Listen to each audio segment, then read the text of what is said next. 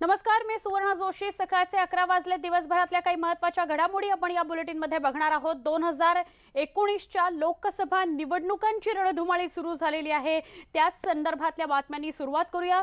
पंतप्रधान नरेंद्र मोदींनी देशातील जनतेला आपल्या ब्लॉगद्वारे यंदाच्या निवडणुकीत उत्स्फूर्तपणे मतदान करण्याचं आवाहन केलेलं आहे। मतदार यादीमध्ये आपलं नाव आहे की नाही हे तपासून घ्या। मतदार नोंदणी केली नसेल तर आजच करा असं सांगत आपलं एक मत देशाच्या विकासाकरता महत्त्वाचं आहे असंही त्यांनी म्हटलंय। या संदर्भातलं ट्विट त्यांनी विरोधी पक्षातील नेत्यांना सुद्धा टॅग केलेलं आहे। राष्ट्रवादी काँग्रेसचे अध्यक्ष आणि खासदार शरद पवार यांनी लोकसभेमध्ये भाजप सर्वाधिक जागा मिळवणारा पक्ष ठरू शकतो, परंतु नरेंद्र मोदी पुन्हा पंतप्रधान होऊ शकत नाहीत असा अंदाज वर्तवलेला आहे। पवार म्हणाले की मला जेवढं राजकारणामधलं कळतं त्यावरून मोदी पुन्हा पंतप्रधान होण्याची शक्यता कमी आहे। मी काही ज्योतिषी नाही, परंतु भाजपला बहुमत मिळणार नाही। भाजप सर्वाधिक जागा मिळवणारा पक्ष ठरू शकतो। सरकार स्थापन करण्यासाठी त्यांना मित्र पक्षाची मदत घ्यावी लागेल आणि त्यासाठी पंतप्रधान पद दुसऱ्या व्यक्तीला द्यावं लागणार आहे असा अंदाज पवारांनी व्यक्त केलाय।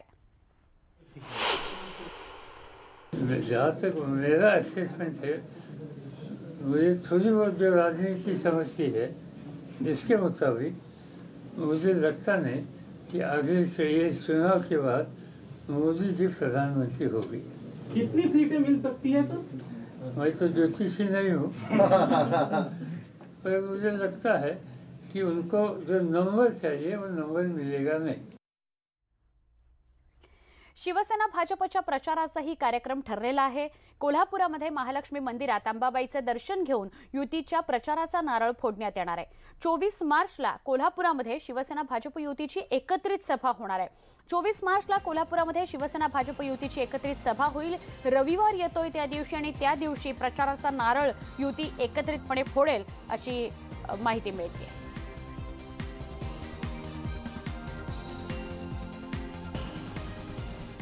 पश्चिम महाराष्ट्रातील युती समन्वयनाची भाजपकडून जबाबदारी दिल्यानं गिरीश बापट यांचा पुण्याच्या उमेदवारीचा पत्ता कट झालाय।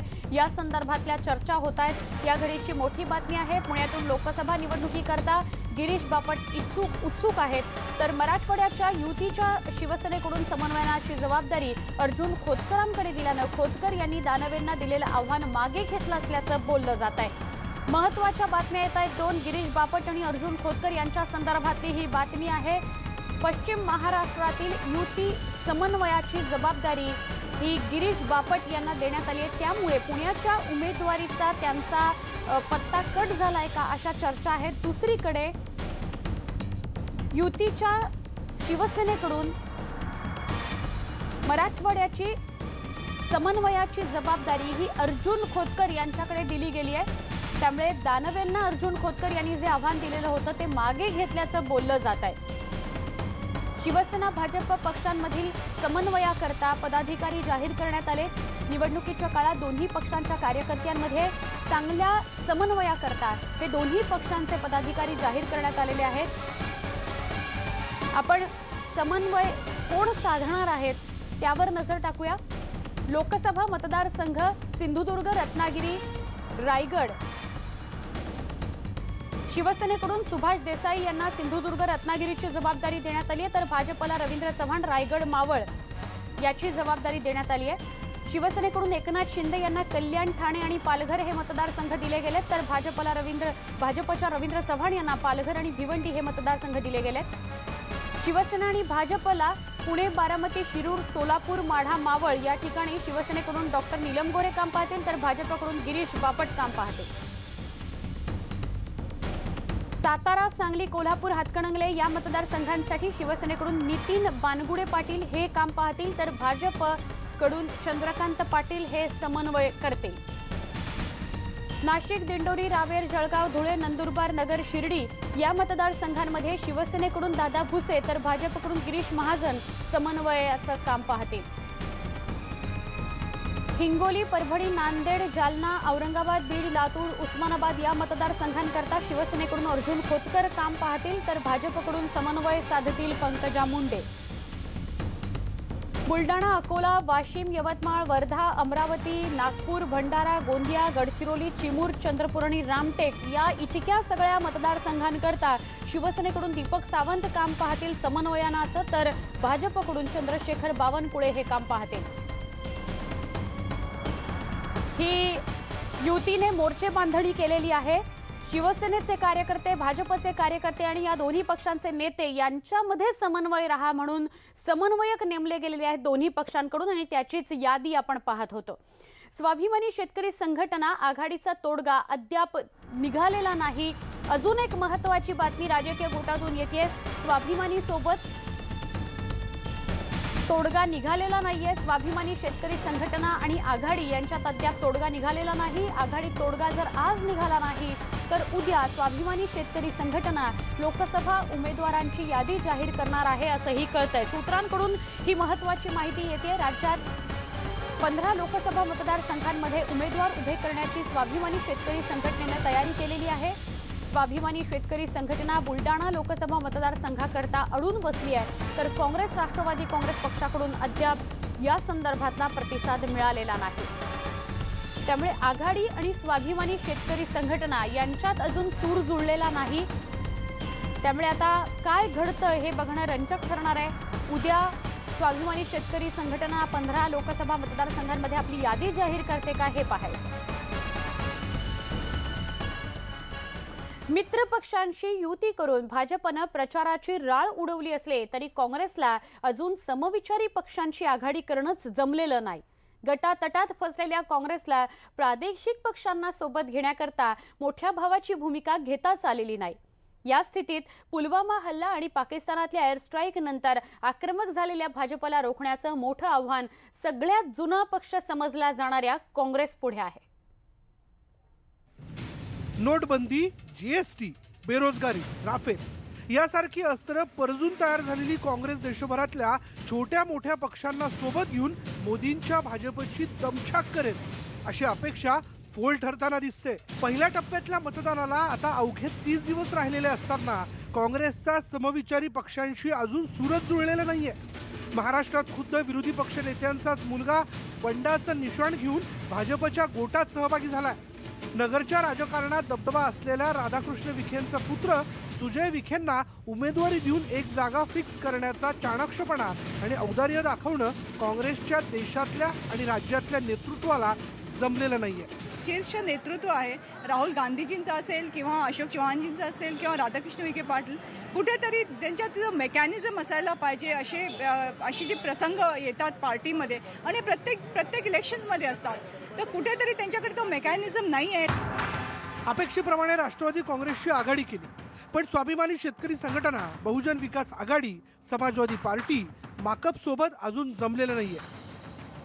प्रकाश आंबेडकरांनी अल्टिमेटमवर अल्टिमेटम देत अखेर स्वबळावर लढण्याचं पक्क केलं। प्रसंगी 2 पावलं मागे येण्याचा धोरणीपणा दाखवत भाजपनं तुटण्याच्या मार्गावर असलेली शिवसेनेशी युती करूनही टाकली। बिहारमध्ये गेल्या वेळी 40 पैकी तब्बल 22 जागा जिंकणाऱ्या भाजपनं बदललेली वाऱ्याची दिशा पाहून आणि अहंकाराला मुरड घालून संयुक्त जनता दलासोबत युती करताना 17 जागांवर समाधान मानलं।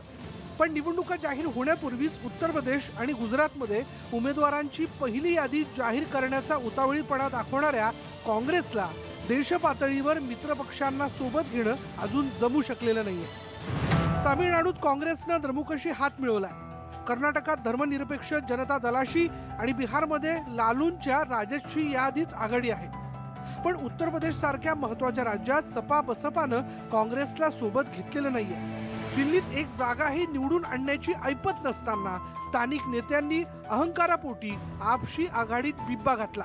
बंगालमध्ये तृणमूल, केरळमध्ये डावे, जम्मू काश्मीरमध्ये नॅशनल कॉन्फरन्स आणि झारखंड मुक्ती मोर्चा यांच्यासोबतही काँग्रेसच्या जागा वाटपाचं घोडं पुढं गेलेलं नाहीये। त्यांच्याकडे हेच दिसतंय ना की इकडे इतके इगोज मोठे आहे सगळ्यांचे आणि इकडे काही अकॉमोडेटिव्ह पॉलिटिक्स नाहीच आहे इथे। आणि त्याचा फायदा बीजेपी इट्स व्हेरी नॅचरल पॉलिटिक्समध्ये they will wait for this kind of opportunities. 23 पक्षांचा डोलारा सांभाळणाऱ्या अटल बिहारी वाजपेयींचा मुत्सद्दीपणा घेऊन सोनिया गांधींनीही डझनवारी पक्षांना सांभाळून तब्बल 2 टर्म युपीएचं सरकार चालवण्याचा धोरणीपणा दाखवला. पण छोट्या मोठ्या पक्षांना सोबत घेण्यासाठी लागणारं कौशल्य, व्यवहार चातुर्य आणि औदार्य या गुणांची सोनियांचा पुत्र राहुलमध्ये आजच्या घडीला कमतरता जाणवत असल्याचं तज्ज्ञांना वाटतंय. 3 असेंब्ली इलेक्शन्स मागे जिंकले तरी पण आपण म्हणू नाही शकत की Rahul Gandhi is a establish leader. त्यामुळे रिजनल पार्टीजला जो दर्जा दिला पाहिजे, जो एक अकॉमोडेटिव्ह एक स्पिरिट आलं पाहिजे, ते अजून दिसत नाही. राफेल दहशतवादाचा मुद्दा हाती घेऊन राहुल गांधी मोदींना एक हाती टक्कर देतात. पण अनेक दशकांच्या सत्तेमुळे सुखावलेल्या आणि स्थानिक हिशेब चुकते करण्यात मशगूल असलेल्या काँग्रेस नेत्यांची त्यांना कितपत साथ मिळते हा प्रश्न आहे. गांधींच्या खांद्यावर बंदूक ठेवून चमत्काराची वाट पाहणाऱ्या नेत्यांमुळे भाजपशी 2 हात करताना काँग्रेसचा दम कितपत टिकेल ही शंकाच आहे. न्यूज 18 लोकमत, मुंबई. राज्यात अनेक मातब्बर नेते आणि घराणी आहेत. राजकीय घराण्यांमधले मतभेद अनेकदा चव्हाट्यावरही आलेले आहेत. पण यावेळी पवार कुटुंबातही सगळं आलबेल नसल्याचं स्पष्ट होत आहे. पवार घराण्यात घमासान. माढा मतदारसंघातून पवारांची माघार. आजोबांसाठी रोहित पवारांचा आग्रह. पवारांच्या नकारानंतरही मावळमध्ये पार. माढा लोकसभा मतदारसंघातून शरद पवारांना माघार घ्यावी लागली. विजयसिंह मोहिते पाटील यांच्या समर्थकांच्या नाराजीमुळे पवारांना हा निर्णय घ्यावा लागला. लोकसभा निवडणुकीच्या रणधुमाळीतली ही सर्वात मोठी घडामोड म्हणता येईल. कारण घोषणा केल्यानंतर पवारांना चक्क यू-टर्न घ्यावा लागला. या नव्या पिढीच्या मुलाला संधी द्यावी.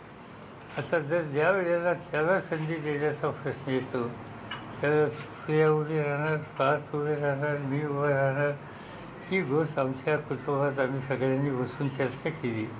आणि माझी राज्यसभेची मुदत अद्याप शिल्लक आहे. आणि अशा परिस्थितीमध्ये मी स्वतः निवडणुकीला उभं न राहता नव्या पिढीच्या लोकांना या ठिकाणी जे काम करत आहेत त्यांना संधी द्यावी या निष्कर्षाची आम्ही फॅमिली म्हणून आलेलो आहोत. परंतु आम्ही आमच्या पक्षाच्या सहकार्यांना निर्णय त्या ठिकाणी देतो. मावळ लोकसभा मतदारसंघातून पार्थ पवार यांना तिकीट देऊ नये असं शरद पवार यांचं मत होतं. एकाच कुटुंबातल्या तिघांना तिकीट नको असा मुद्दा शरद पवारांनी मांडला होता. पण निवडणुकीच्या रणधुमाळीत हा मुद्दा मागे पडला. मावळमध्ये पार्थ पवारचं नाव निश्चित झालंय. तर रोहित पवार यांनी त्यांचे आजोबा शरद पवार यांना पुनर्विचाराची विनंती केली आहे. सर्वच कार्यकर्त्यांची ही भूमिका असल्याचंही रोहित पवार म्हणाले. आणि तुम्ही म्हणाला की आधी वेगळा निर्णय नंतर वेगळा निर्णय. एक आपण सर्वांनी समजून घेतलं पाहिजे की पवार साहेबांनी सांगितलेलं की मी निवडणूक लढणार नाही. पण शेवटी तिथं जर तुम्ही बघितलं तर पवारसाहेब जिथं कुठं जायचं आहे तिथे असणारे जे लोक आहेत ते पवारसाहेबांना म्हणाले पवारसाहेब तुम्ही विचार करा, पवारसाहेब तुम्ही आलं पाहिजे, तिथे गेलं पाहिजे.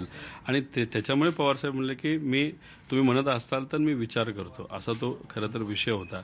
आणि कालचा जो त्यांचा निर्णय होता. आणि शेवटी कसं असतं की जेव्हा त्या परिसरामध्ये गेल्यानंतर लोकांनाही वाटतं की आता साहेब आपल्याकडनं उभे राहतात. फार आनंद होता, लोक खुश होते. राजकीय घराण्यांमध्ये निवडणुकांच्या तोंडावर अनेक घडामोडी घडत असतात. राजकीय महत्वाकांक्षेतून कुटुंबातल्या काही व्यक्ती दुसऱ्या पक्षाची वाट धरतात. पवार या मातब्बर घराण्यातही लोकसभा निवडणुकीच्या तोंडावर राजकीय उलथापालथ पाहायला मिळते. Bureau report, news 18 Lokmat.